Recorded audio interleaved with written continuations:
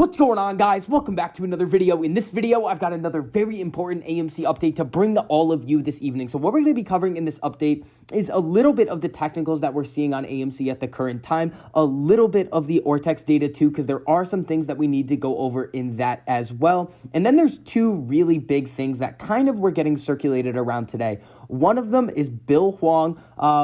He was arrested today. It's pretty interesting to see that the regulatory authorities are actually doing something about this. If you guys remember, Bill Huang absolutely levered himself up as much as he possibly could by essentially lying to financial institutions about the amount of basically leverage that he already had at other financial institutions through something called a total return swap. Now, these swaps are used by a wide variety of institutions. And what we've seen over the past couple of months, and honestly over the last year, is the amount of these swaps, just swaps in general, skyrocketing into the trillions of dollars of exposure. So we're going to be taking a look at that. And Adam Aron, the CEO of AMC, has kind of been hinting in this interview that he's had that a Netflix and Amazon partnership could be coming in AMC's future, where Netflix and Amazon are going to show some of their kind of feature releases in the theaters first for a select period of time. So that is something that we have to take a look at as well. So before we get into all of that information, if you enjoyed the information and analysis that I provide for you in this video, make sure you go down and hit that like button. It costs you nothing to do it, but it really helps us out a whole lot in getting this information out to as many people who want to learn. And if you guys want to see more videos like this, make sure you hit that subscribe button and turn on that notification bell so you're notified every time I post a new video. And again, guys, if you guys do want that last couple of days of free access into the Discord with me, TMI, and Gabe, make sure you check out that link down below. We alert you on over 850 stocks. We have that proprietary trading algorithm. We have 40 private live streams every single month. Make sure you guys check that out if you are interested. So AMC closed the day today at $15.85, up about 2.26%.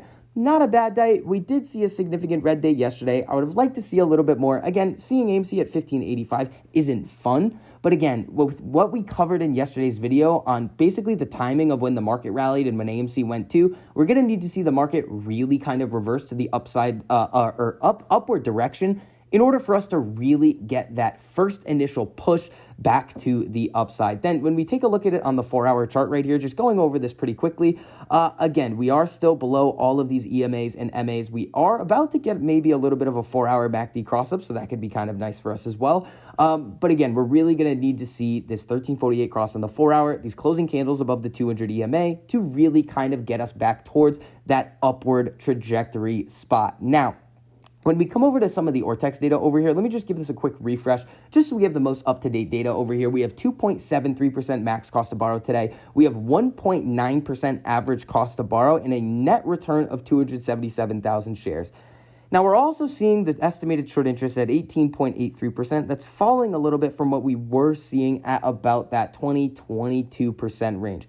Again, guys, if we're seeing the numbers that are getting reported to us on Ortex fall by a little bit, and we haven't really seen a big price movement in the upward direction that we're looking to see, and the amount of short interest that is still out there, the shorts have not covered their positions in any real meaningful way. And again, this is just the reported data that we are seeing. Now, I do want to briefly talk about what was kind of said in these conversations with Adam Aron. So this article came out today. AMC CEO wants movies from Netflix, Apple, and other streamers in his theaters. So when we can see here is in an interview with Deadline at the CinemaCon trade conference for movie theater owners, Aron acknowledged getting the streaming services to put their films into a full theatrical release, and he said it's remaining a challenge. But AMC would love to show Apple movies and Amazon movies and Netflix movies in our theaters, and we have been in discussions on one level or another with each of these companies for quite some time, Aron said.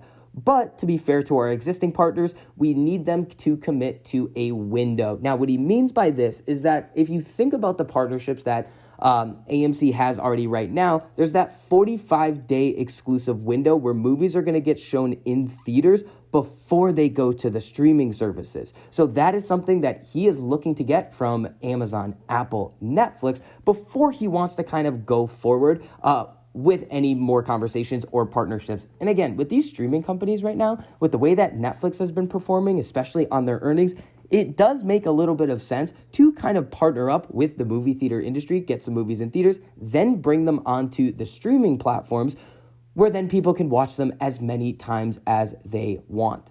Now, in addition to this, I do want to talk about this situation with Bill Hwang because I think it's pretty interesting, and it just kind of shows us just how crazy one individual or one organization can kind of take things and how far they can take things in this market if they are allowed to. We've seen what's happened with Melvin Capital and kind of what happened with them. We saw the fallout with Archegos. In essentially what happened to Viacom Discovery and Archegos, the actual organization, the losses that Credit Suisse and other large banks took from allowing these situations to happen. But this new development is really interesting. So we actually have Bill Hwang actually getting arrested today, along with a couple of his other business partners. So what we can see here, Archegos stock manipulation scheme was historic, U.S. attorneys said.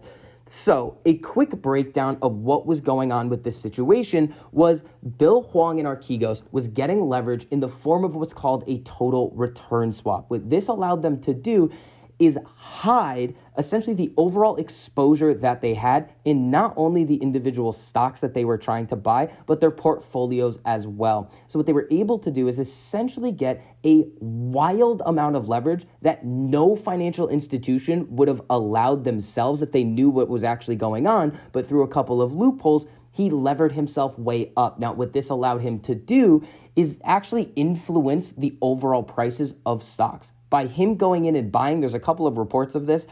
He actually texted somebody and he said, what is going, or the conversation went something like, what is going on with this stock right now? Is this the result of the market? And Bill Hwang replies, no, this is me buying. It's insane what he was able to do. He kind of got caught. He basically didn't want to pay any of the additional margin that these institutions needed. They liquidated his positions and these stocks absolutely plummeted. So a 59-page indictment filed in the federal court in Manhattan alleges the men and others at Archegos sometimes time their trades to drum up the interest of other investors while borrowing money to make bigger and bigger bets. The heavy borrowing ballooned Mr. Hwang's portfolio to $35 billion, or from $1.5 billion in a single year, and the effective size of his firm's stock positions swelled to $160 billion.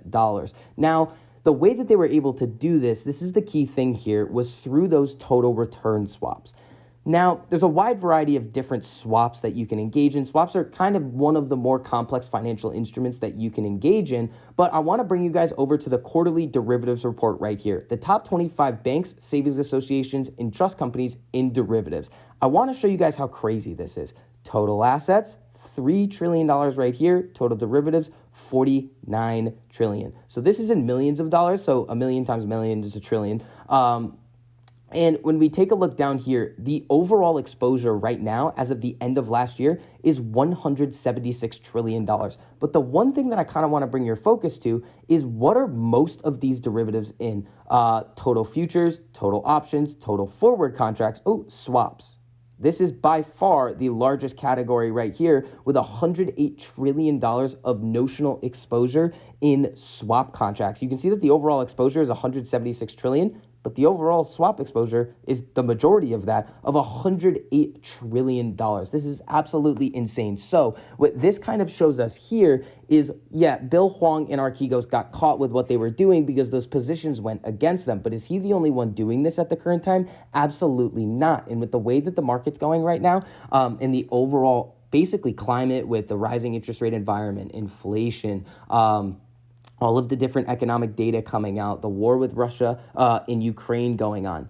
It's only a matter of time before one of these other large institutions is going to get themselves in trouble with this type of liquidation scenario. So that is going to wrap up this update on AMC. If you enjoyed the information and analysis that I provided for you in this video, make sure you go down and hit that like button. It costs you nothing to do it, but it really helps us out a whole lot in getting this information out to as many people who want to learn. And if you guys want to see more videos like this, make sure you hit that subscribe button and turn on that notification bell so you're notified every time I post a new video. So I hope you guys are having a great evening, and I'll see you guys in the next one.